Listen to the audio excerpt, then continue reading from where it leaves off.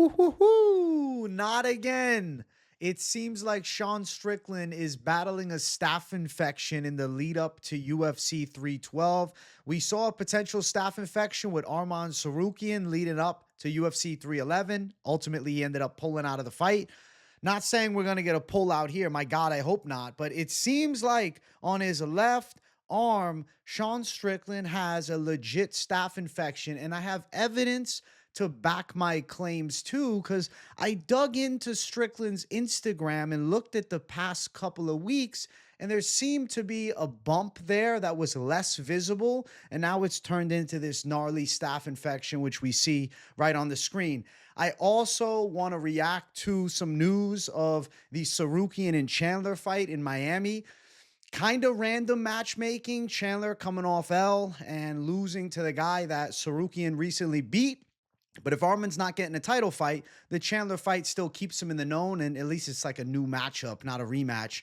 And we also have to react to Kevin Lee getting knocked out in sparring. Of course, things go bad for Kevin Lee for whatever reason, man. Kevin Lee is just one of the most unlucky fighters in MMA history. We'll cover that too. And I want to lightly touch on the fallout of the upcoming fight night main event between Royval and Kopp. Royval's out injured. So first and foremost, though, we got to talk about Sean Strickland. I just found this out during the lunchtime live. Someone in chat said, hey, Strickland looks like they might have staph. I go to Twitter, or X, we should call it. I see it on this official ESPN MMA post. Why are they posting this? Why don't they Photoshop this out? Why are they trying to reveal that Strickland's got staph? Maybe that's why he's growing the mustache. He was trying to distract us from the staph infection that is growing out of his left arm. Damn, it's going to affect his performance. Staph untreated, yeah, that might not affect your performance, but you're going to need antibiotics. And the fact of the matter is, it seems like in the final weeks of training camp is when the staph began to develop. Now, this isn't the only picture. It looks bad here, but look at this one. It looks nasty in this one. Gross staph infection growing out of his arm like a disgusting welt. Probably has some pus coming out of it as well. Definitely he's on antibiotics. And I felt like Strickland looked like uncharacteristically skinny in the lead up to UFC 312 this week. Maybe it has something to do with the antibiotics that he's taking. He looks a little bit flatter and thinner than normal. And you guys have probably noticed he's been keeping a t-shirt on for most of the week. Now, I looked back on Instagram. This was 2 weeks ago. Look at his left arm starting to develop a strange welt 2 weeks ago. Now it looks worse. People were telling me, oh, well, it could just be a bruise. Listen, a bruise would heal over 2 weeks. It wouldn't get progressively worse and more noticeable over 2 weeks, okay? Sean Strickland has staph infection, Duplessis and still. And you want to say I'm reaching. Check this out, okay? Sean Strickland only posting in t-shirts, right? That's interesting. Only posted in the tees. You can see here, t-shirt on with Nina Drama. This is a clip of him sparring, and if you look quick enough, look, you see that left arm? This is a week ago. It looks worse.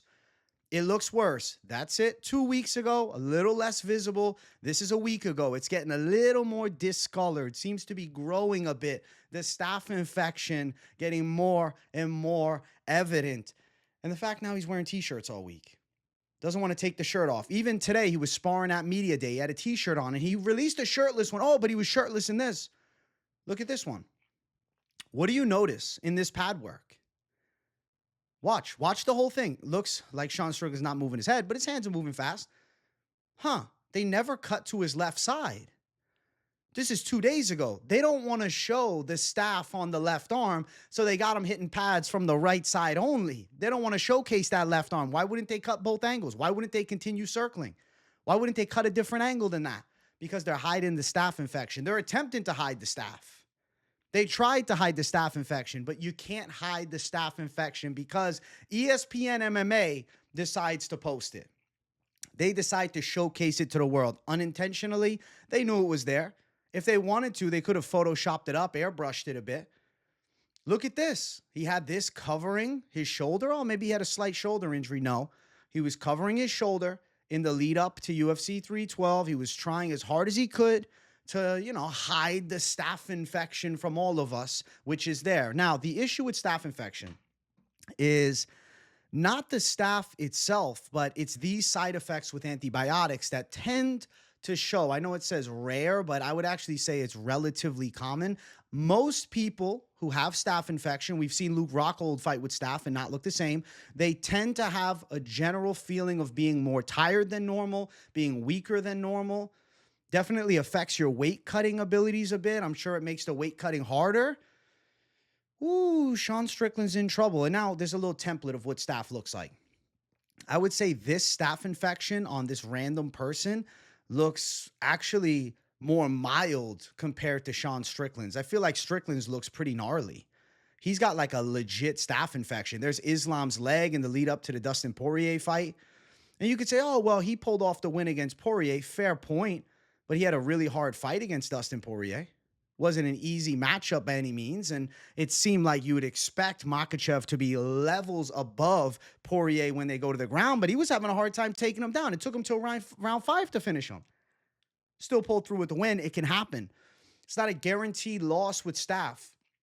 But if the gas tank dwindles a bit, DDP doesn't gas, the relentless pressure, Du Plessis is going to put it on him and break him. And I will tell you this, if you're on the betting side of things, you better get in now. Because seeing the staph infection and knowing DDP's cardio, I will not be surprised if we see the odds get wider. It's already 2-1, could be like minus 250. I was the one that called the Arman Tsarukyan staph, and people told me I was crazy. They said, no, you're reaching. Got over 53,000 views on Twitter. That was Tsarukyan staph. And he ends up pulling out of the fight. Not saying we're going to have a fight pull out in this one. I hope not. Hopefully his back doesn't tighten up. That'd be very suspicious if his back starts hurting and he pulls out. There's no backup fighter either. So the UFC is fucked if somehow this staph infection impedes to Strickland's ability to fight. Hopefully it doesn't. Hopefully there's no pullout. Normally fighters are allowed to fight with staph. We've seen Kevin Lee fight with a gnarly staph infection and gas out and lose. Speaking of Kevin Lee, oh man, we're going to talk about him later on in this video. So yes, Sean Strickland seemingly has staph infection. I will even go out on a whim and say this. I believe that Sean Strickland's staph infection is even more evident than Arman Tsarukyan's staph infection. This seems like a lock. Like this is definitely a staph infection. 100%. And the evidence over recent weeks, it getting worse 2 weeks ago, and then him not showing himself without a shirt on, doesn't want to show the left side. And then this gnarly picture of the staph infection, him wearing the, taped sleeve over his left shoulder. Yeah, man. Sean Strickland's battling staph infection. He's definitely on antibiotics right now. He looks skinnier than normal. His face looks like more sunken in. He looks a little different than the usual Strickland. I was thinking it was just because the mustache, but nah, something's up. He's not 100%. And we know Du Plessis prepared to kill. I'll glaze Du Plessis for a minute. He said he's prepared to kill a man in front of his family. That's why I'm like, yo, Du Plessis' mentality is next level savagery. Strickland says that type of stuff. Du Plessis, when he says it, it's like, yo, this guy means it. Du Plessis is terrifying. Diagnosis, staph infection, guys. Staph infection. You can let me know in the comments if you believe it or not. I believe it. Most of the chat during the live stream believed it too. Over 100 votes in. I think it was like 70% towards yes, he has a staph infection. And I feel like 30% for the most part was the Strickland bettors and copers praying, oh my God, please don't have staph. He has staph. He's going to lose. Yeah.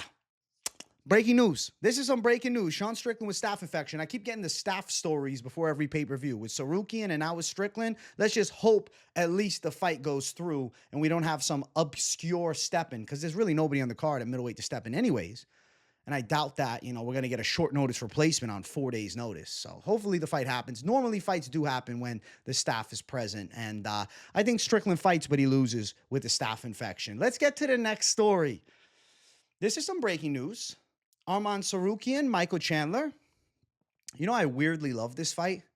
Nice little 3-round matchup to get Tsarukyan back in the known. And to be fair, it gives Tsarukyan a chance to fight somebody that's like a relative household name. He did it with Charles Oliveira, and he won a really close split decision. If he can beat up Michael Chandler worse than Charles Oliveira did, it skyrockets his stock, and he's right back in the title picture. I feel like the pick on this fight is pretty easy. I mean, Tsarukyan should be like a minus 400 favorite. He probably dominates Chandler for 3 rounds. I also think there's a chance that Arman Tsarukyan could snipe Michael Chandler and end up knocking him out because he's definitely slicker in striking. He's going to be able to dictate where the fight takes place with his wrestling game. Chandler has power for sure, but he's a chaotic striker that leaves a lot of openings. And if Tsarukyan can shine against Chandler and knock him out, I do think he's right back in the mix to get a shot against Islam Makhachev. We all want to see Tsarukyan Makhachev too. In all honesty, even in the lead up, I was less excited. But seeing that the fight didn't happen and then he fights Moicano, I'm like, all right, I want to see Tsarukyan. Tsarukyan seems to have the style to give Makhachev a real run for his money with how well-rounded he is. Now he's, taking a nosedive in competition level, but still a relative name. Michael Chandler has the essence of Dana White privilege. The guy is always in marquee fights when he doesn't deserve them. He could take 10 losses in a row. They'll keep him around. They'll give him favorable fights.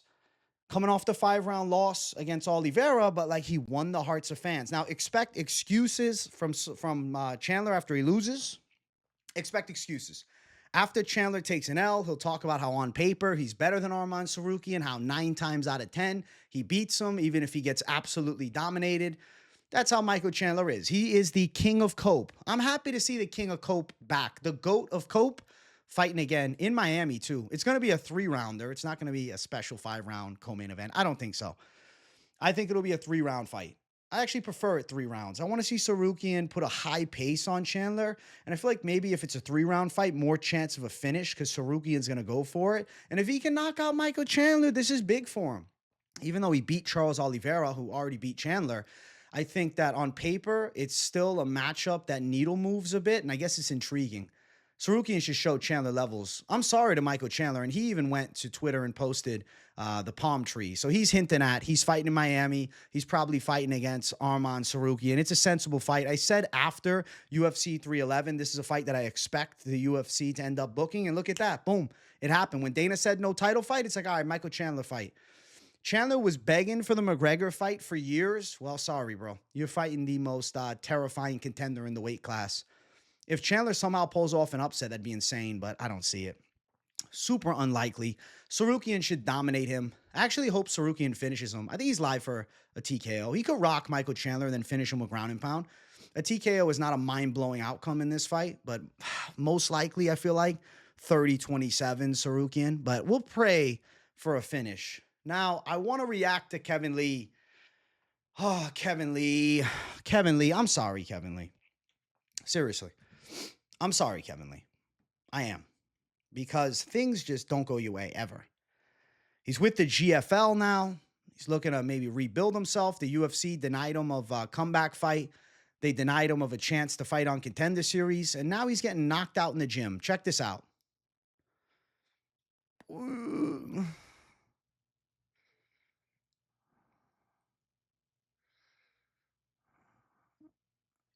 Kevin Lee was not good after that one. Now, to be fair, his sparring partner loaded up on a power overhand, but you can't jump at somebody for a flying knee and not expect them to just off instincts throw an overhand right. Kevin Lee made the big mistake of playing around in sparring, especially against an up-and-coming prospect that's 9-3. The guy wanted to prove something. Oh, my God, look at that shot. Oh, Kevin was done, bro. He went out, bro. He went flat out. Kevin Lee was knocked out. Kevin Lee got knocked out. He didn't just get dropped. It wasn't a flash knockdown. He was fucking down and out.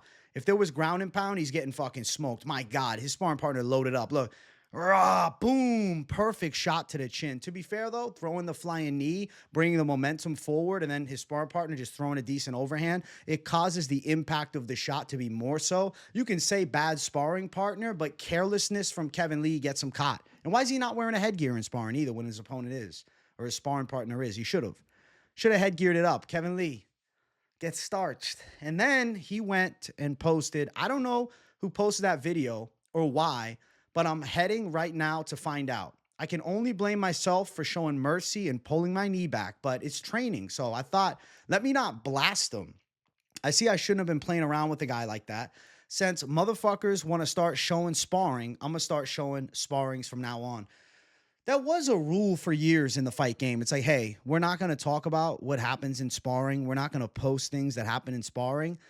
But a prospect dropping Kevin Lee, he figured, hey, let me post it. Let me post it to get some hype, man. I forget his name, man. We found the prospect on stream. He's this 9-3 guy that's training at Killcliff that's on the come up. He's on like a 3-fight win streak. Honestly, for this guy's career, not a bad idea because it gets the stock moving and the people talking. And maybe we'll see this guy on Contender Series and he'll be known as the guy that knocked out Kevin Lee in sparring. Not bad. Take advantage of the opportunities, man. He's on my radar now. If we hear about, oh, the guy that knocked out Kevin Lee on Contender Series, we're all interested in watching him fight.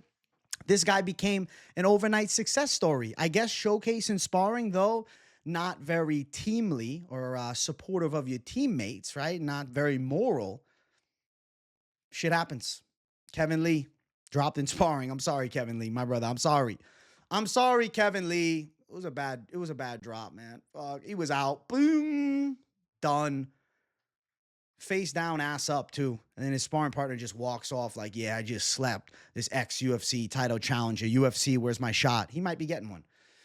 And then the next reaction.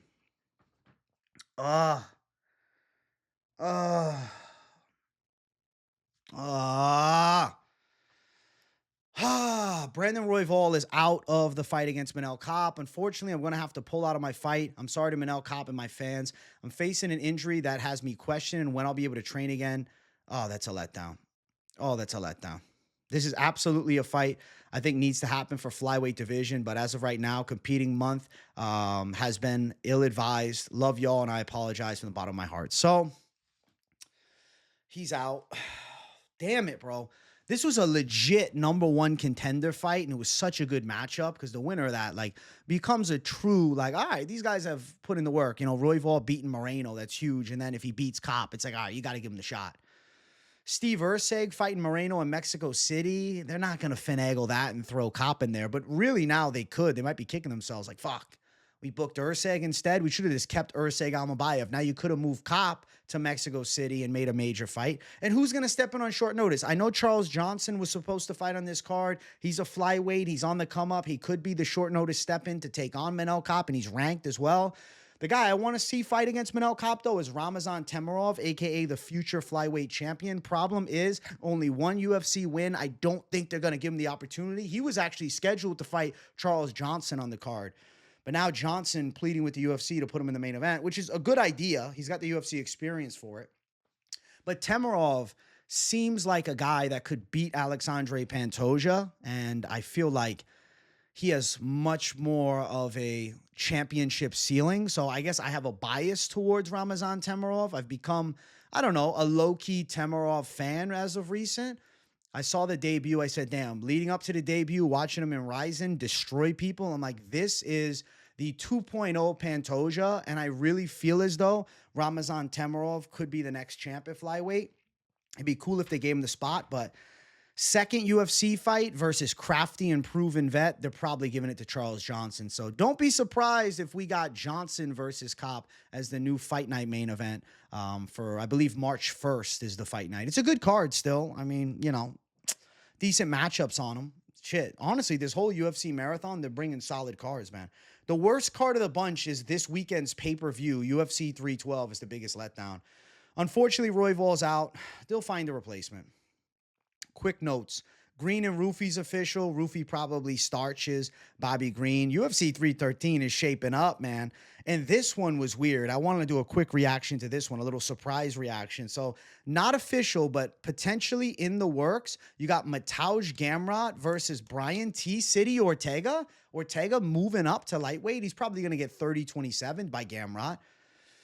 I feel like he's skinny fat at 145. What's he doing at 155? Why not just dial in on your diet and get like absolutely shredded to really make waves, you know? But Ortega's mentality is he wants to move up, fight some new people. He's probably completely out of the title picture at 145 after, you know, L's to Volk, L's to Holloway, L to Diego Lopez, who's on the come up. So I guess he's looking for a new chance, and 155 would be that new chance. And the Gamrot fight makes a lot of sense, but I think Gamrot's pace might be too much. And then this one is super quick, man.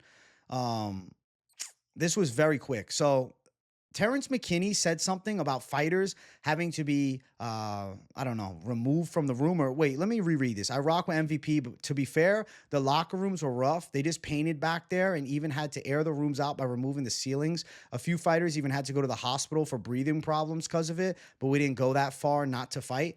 He's talking about Saudi Arabia card. They had recently painted the locker rooms and fighters were getting sick with the smell. Mike Davis, who lost on the card and fought really weird, a very uncharacteristic performance, doubled down on this. He's a training partner of Terrence McKinney. He said that he didn't feel like himself. He couldn't catch his breath. And obviously we know Shara Bullett's making a lot of excuses for his loss, talking about, he, what's it called? Lost to MVP and felt sick after throwing a few punches.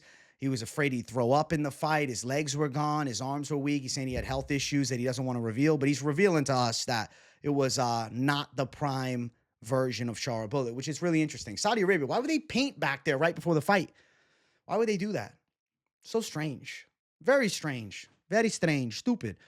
I don't know. It's all hearsay. The fights are done now and the results are official, but Saudi should not be painting right before. They got to remove the ceiling. Fighters getting sick. Could have definitely affected some performances on that Saudi Arabia card, especially Mike Davis's, because he seemed to be a different person than what we had seen before. Well, that is the MMA news, man. This is the trending news. The main topic of it all, though, staph infection, Strickland is going to lose. So Duplessis and Still. I hope you guys enjoyed this breaking news reaction. Make sure you guys hit the like button. If you're new, subscribe. Turn the post notifications on too. Bring in the daily content with live streams and videos every single day. So keep it locked in. Thank you guys for watching. W's in the comments if you got nothing to say. But definitely let me know. Do you think Strickland has staph or am I reaching? I know he has staph. You know he has staph too. And if you're a Strickland bettor out there, are you cashing out? Or are you just grabbing your balls and praying for the best? Praying the MMA gods have Sean Strickland as one of those guys that doesn't get affected by antibiotics. You can even see his face looks different than that, previous pre-fight pick. Like his face looks a lot more sunken in. Could just say it's the beard, but I don't know, man. Looks skinnier, looks weirder, looks older. The mustache is not a good look. But I'm telling you, I think the mustache was a deceptive idea to try and skew the people away from his staph infection. And that's why Strickland's been keeping a t-shirt on and only posting videos from the right side if he's shirtless. So that's it. Strickland with staph is what it is. Thanks for watching, guys. Appreciate you all. See you all in the next one. Peace out.